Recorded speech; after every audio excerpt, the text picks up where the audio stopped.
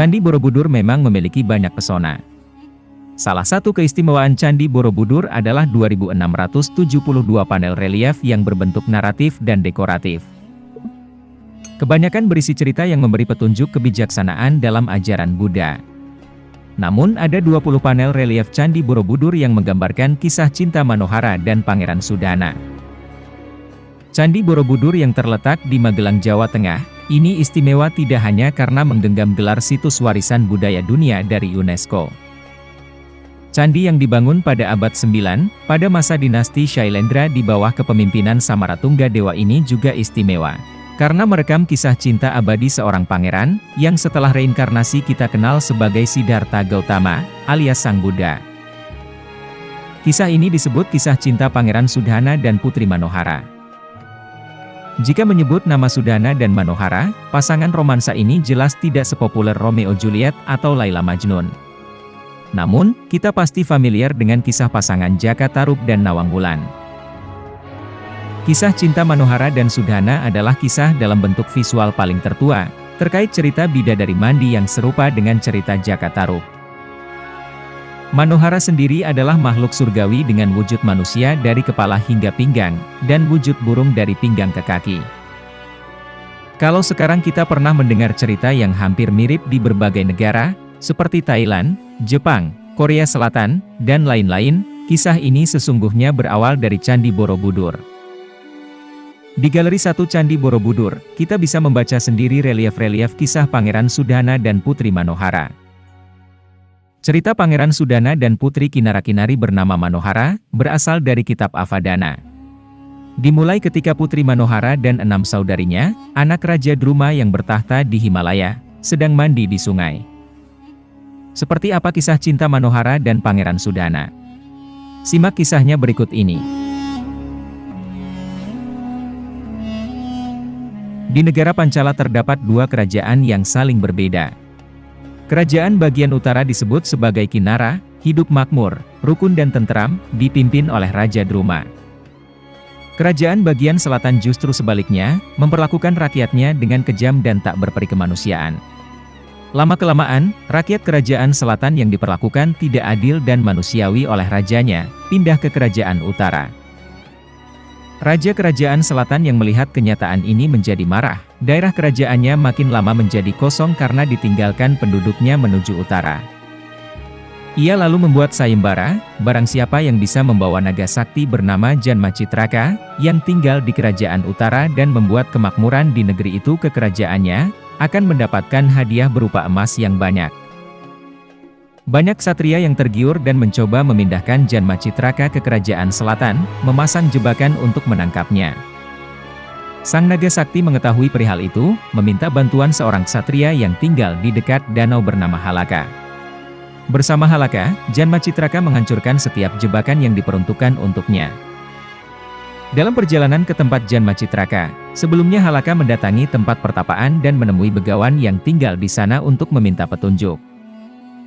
Sang begawan menasihati Halaka untuk berhati-hati pada apa yang dilihat, jangan terpengaruh dan berbalik ikut menangkap Janmacitraka seperti ksatria lainnya.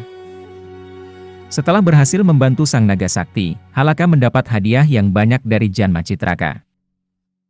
Halaka juga bertemu dengan begawan lain yang memberitahunya, bahwa putri bungsu dari Raja Kinara di kerajaan utara bernama Manohara, berbentuk setengah manusia dan separuh burung, sering mandi di tepian danau. Manohara punya kekuatan untuk merubah dirinya menjadi manusia, perempuan yang sangat cantik dengan suara yang mempesonakan. Halaka diberitahu begawan itu untuk menangkap Manohara. Dengan kesaktiannya, Manohara pun ditangkap oleh Halaka. Saat Manohara tertangkap oleh Halaka, di hari itu kerajaan utara sedang mengadakan pesta berburu. Saat mengetahui itu, Halaka yang tak mau kehilangan tawanannya, bergegas meninggalkan tempat itu dan menyerahkan tawanannya pada Pangeran Sudana dari kerajaan selatan. Halaka menyerahkan sepenuhnya Manohara pada pangeran itu, mau diapakan, mau ditawan atau dilepas, terserah. Namun Pangeran Sudana malah terpesona pada kecantikan Manohara, ia berniat mengembalikan putri bungsu Raja Kinara. Kemudian, Pangeran Sudana melamar Manohara dan mereka berdua menikah. Manohara pun diboyong ke kerajaan selatan. Satu waktu, penasehat kerajaan dan mempengaruhi Pangeran Sudana, bahwa ia bisa naik tahta di kerajaan selatan.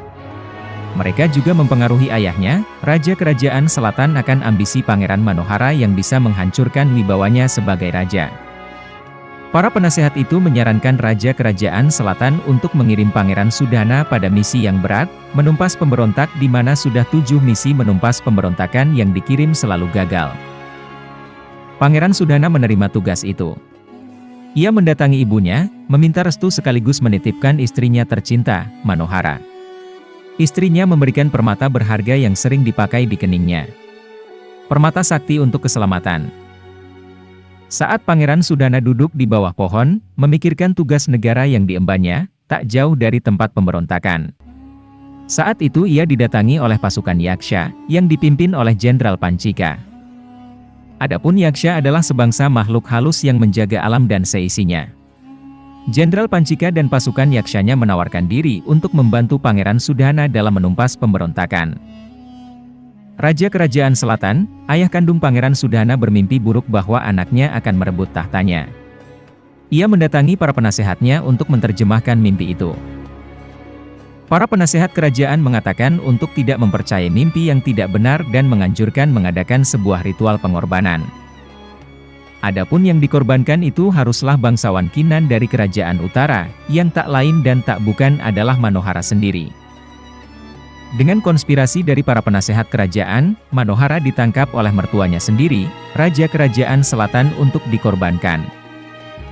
Ibu Pangeran Sudana tak rela menantunya dijadikan korban, lalu melepaskannya, menyuruhnya menemui Pangeran Sudana. Ketika dalam pelarian itu, Manohara menemui Begawan di tepi danau. Ia juga menitipkan cincin cap Kerajaan Utara pada Begawan agar diberikan pada suaminya. Pangeran Sudana yang sudah menumpas para pemberontak itu, kini dalam perjalanan menuju Kerajaan Selatan. Ia ingin melaporkan pada ayahandanya bahwa pemberontakan itu telah berhasil ditumpas. Sesampainya di istana, Pangeran Sudana tidak menemui Manohara. Dari ibunya ia mendapat penjelasan bahwa ayahnya dipengaruhi oleh penasehat kerajaan untuk mengorbankan istrinya. Pangeran Sudana kecewa, lalu mencari Halaka untuk mencari tahu keberadaan istrinya. Sementara itu, Manohara yang dalam pelarian dari Kerajaan Selatan, ia dalam perjalanan menuju kerajaan ayahnya di Kerajaan Utara. Halaka mengantarkan Pangeran Sudana menemui Begawan yang tinggal di tepi danau. Para Begawan yang sudah bertemu Manohara, memberikan cincin cap Kerajaan Utara pada Pangeran Sudana, mereka juga memberi petunjuk keberadaan Manohara. Pangeran Sudana lalu menuju Kerajaan Utara untuk mencari Manohara. Dalam perjalanannya, ia melewati tempat pemandian Manohara di tepi danau. Ia bertemu dengan para dayang Manohara, tapi tidak dengan istrinya. Pangeran Sudana menanyakan pada dayang-dayang itu, namun mereka tidak mengetahui, karena Manohara memang tengah bersembunyi. Untuk menunjukkan keberadaannya, Pangeran Sudana melemparkan cincin pemberian Manohara ke danau, tanda bahwa ia sudah mencarinya. Ketika cincin itu dilempar, Manohara muncul. Kemudian mereka berdua menuju Kerajaan Utara. Ayahanda Manohara, Raja Druma yang melihat Pangeran Sudana, marah besar dan ingin mencincang-cincangnya, anak yang dinikahi tak dijaga oleh pangeran dari Kerajaan Selatan ini. Namun begitu mendengar penuturan suami Manohara, Raja Druma bisa mengerti dan memaafkan, namun memberikan syarat untuk mendapatkan kembali Manohara sebagai istrinya. Raja Druma menantang Pangeran Sudana untuk membuktikan keahliannya memanah pada para jago-jago panah di Kerajaan Utara. Pangeran Sudana menyanggupi. Kompetisi digelar, adu memanah antara Pangeran Sudana dengan para jagoan panah dari Kerajaan Utara berlangsung. Terbukti, Pangeran Sudana memang jago memanah dan setiap para ksatria Kerajaan Utara terkalahkan oleh skill memanahnya. Raja Druma yang melihat kenyataan itu, memahami bahwa Pangeran Sudana memang benar mencintai anaknya. Syarat yang ia berikan pada menantunya itu juga sudah dipenuhi. Ia pun memberikan anaknya tercinta kembali ke suaminya. Pangeran Sudana dan istrinya, atas permintaan dari ayahanda Manohara, Raja Druma, mereka tinggal sementara di Kerajaan Utara. Sekian lama mereka tinggal di kerajaan itu, Pangeran Sudana meminta diri untuk kembali ke Kerajaan Selatan dan menuntut atas tindakan ayahandanya pada istrinya. Pangeran Sudana memberontak pada kerajaan selatan, merebut tahta itu dari ayahandanya. Tak lama kemudian, ia berhasil menjadi raja di kerajaan selatan, kemudian di kerajaan utara, Raja Druma yang sudah tua turun tahta dan menyerahkannya pada Pangeran Sudana. Lewat Pangeran Sudana, kerajaan di Pancala yang saling berseberangan dan berbeda ini, disatukan untuk hidup dalam kemakmuran dan kedamaian.